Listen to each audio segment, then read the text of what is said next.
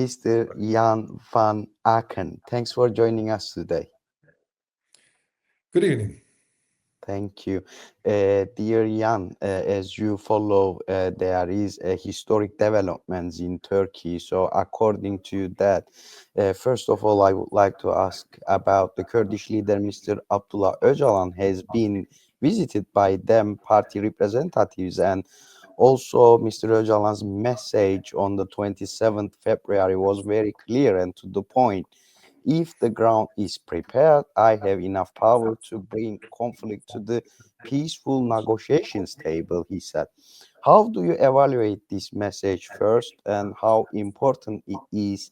And also, as you know, Mr. Öcalan proves that he is on the peace side with this announcement. So, how would you like to comment on that?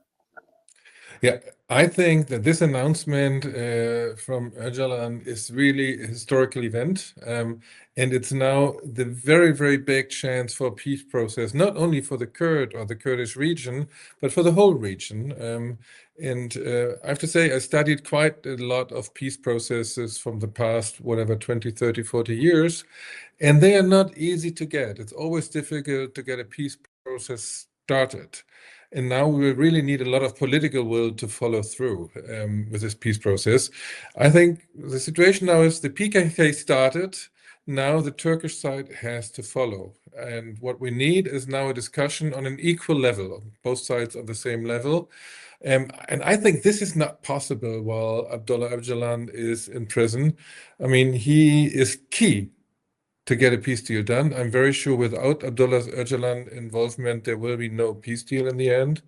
And what I know from many, many different peace processes is no peace process is successful in the long run if not everybody is involved. You need it really to be inclusive. And so Abdullah Öcalan would need free communication with his people, with all his partners.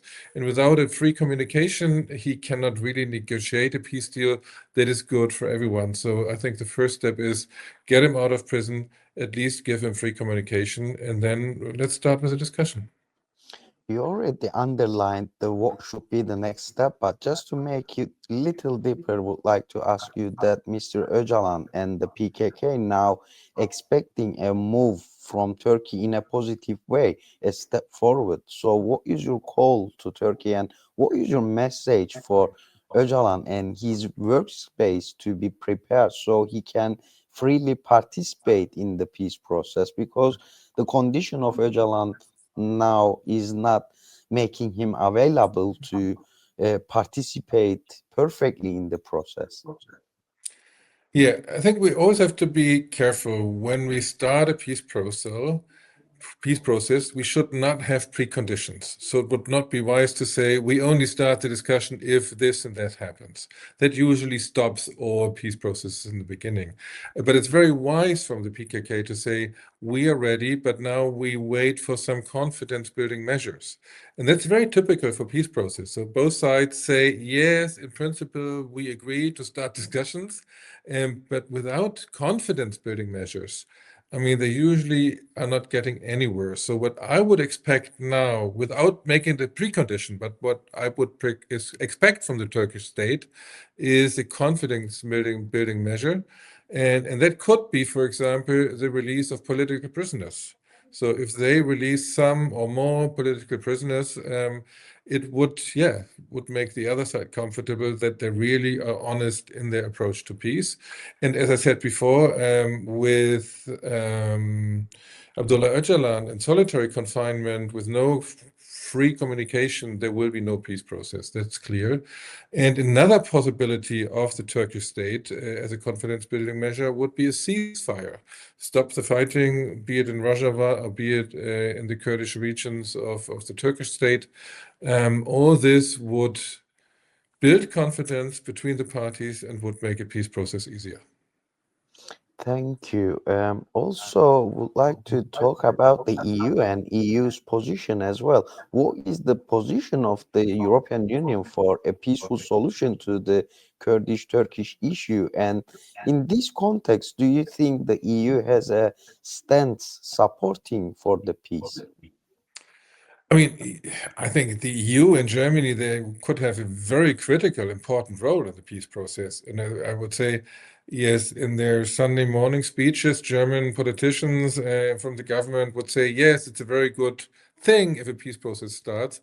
But so far, they are not doing much to support the peace process. They are very uncritical towards the Turkish government. And I think one key point for Germany and the EU is to change their stance towards the PKK. The PKK is not a terrorist organization here in the European Union, and I think the prohibition of the PKK should be lifted. I mean, we just had this week, we had a case in Germany where a prominent member of the Kurdish movement was imprisoned because they say he belongs to PKK. PKK is deemed a terrorist organization, and I think we have to change this. What we really need now, and that's the aim also of Abdullah Öcalan's move, is we need reconciliation, reconciliation between the Kurds and the Turks in Kurdistan, in Turkey, but also here in Germany, in the European Union. And as long as we have a prohibition of the PKK, there will be no peaceful reconciliation. So it's a key step. Just because of you just mentioned the Kurdish activist has been arrested in Germany, would like to ask you this question in order. The German federal government reportedly does not plan to change its policy of recognizing the PKK as a terrorist organization. What steps should be taken to change this definition, basically? Because raids, trials, and detentions against Kurds are still ongoing in Germany. And also, regardless of this question, for example, as you underlined, recently in Germany, Kurdish activist Yüksel Koç was arrested under the law 129B. So, how would you like to answer that one? Yeah, as I said, I mean, we have to lift this prohibition of the PKK. Right now, the only way to get there is we need pressure from within inside Germany. We, as the left party in Germany, we're always calling to make the PKK a legal entity in Germany in the European Union. But I think we also need pressure from other European countries. I think Germany is especially hard on this position, and I think we need activists in other European countries to pressure their government to bring it to the European Union table. And then we need to build up the pressure in Germany to at least be silent and not vote against it. And then we would have won something. Thank you. Also, still about the Germany, so our audience can understand the Germany's position much more deeper. What role is played by the Germany political system in the conflict on Middle East as well as on Kurdish question? As you know, still the refugee crisis of Europe still continues. Still there is arms deals with the Middle Eastern companies. So. Um, what is the role of the Germany in a political way in the Middle East? Very shortly. I mean, Middle East is a big thing. The smaller thing, what is the stance of the German government on the Kurdish issue? Good. And it's a very bad one because Germany is very closely aligned with the Turkish government. Whatever this government is doing, the Germany stands very close by Erdogan and his allies in Turkey. I never understood it clearly because I mean, what the Kurdish movement did in Rojava, you know, self-determination, democratic peace processes in Rojava, it's something the German government always asked for in the Middle East. Now Rojava, they did it. They showed that it's possible in the Middle East, and there's zero support because the only support of the German government is for the Turkish government. It's wrong. I think there should be a much more democratic approach in the region, and I think the German government should put more pressure on the AKP government in Turkey. For example, stopping the weapons deliveries to Turkey and to put pressure on Erdogan to change the stance toward the Kurds.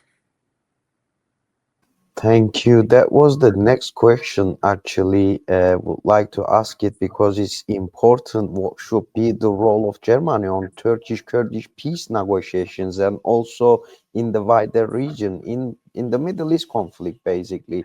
As you know, the still one of the biggest arms trader to Turkey is Germany.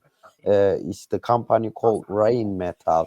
So these arms has been used in with the chemical weapons as well, towards the civilians as well, but nothing has been, and there is no reaction from Europe or from Germany. um, do you think this is a dirty deal with Turkey, or is just a allies, Germany and Turkey allies in a historic way? That's the reason still these conflict is continues. I think it's both. It's historical allies and it's a dirty deal, and we have to fight both of them. We have to be careful. I mean, there's a lot of Rheinmetall weapons in Turkey, but the chemical weapons that have been used, as far as I know, have no direct or indirect connections towards Rheinmetall. But that's a very minor issue. What's clear is the German government supports the war. The Turkish government fights against the Kurds with its weapons. We saw German tanks invading Rojava in a couple of years ago. So we need to change this. And so the historical ally is one issue, but also the dirty deal. Turkish government stops migrants before they come to Europe. And that's why the German government is silent about the Kurdish issue. Thank you. Following the call of Kurdish leader Abdullah Öcalan, the PKK announced its decision to dissolve with historic decision. So different circles are now emphasizing that the Turkish state should take a positive and confidence building steps, as we talked before, that will strengthen the peace process, everyone underlining that. What would you like to say about this? What is your call and message to Turkish state and Erdogan administration regarding this? Yeah, as I said before, you need confidence building measures. One step could be the release of political prisoners. Another one would be a ceasefire in certain regions, stop aggression in Rojava. So any minor step, small step could build confidence, and that could ease the peace process. Thank you so much. If you would like to answer that one as well, we would be very proud, because there will be a chance for you to maybe meet with Öcalan. And what would you like to tell him if you see him?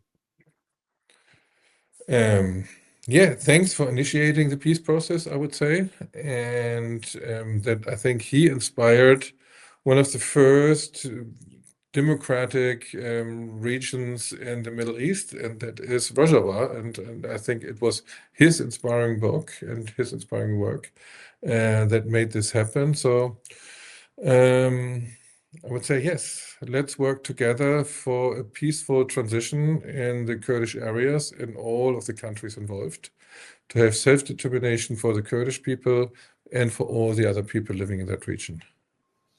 Mr. Jan van Aken, thanks for joining us and thank you for your valuable comments. Thank you very much for having the opportunity here. Thank you. Thank you.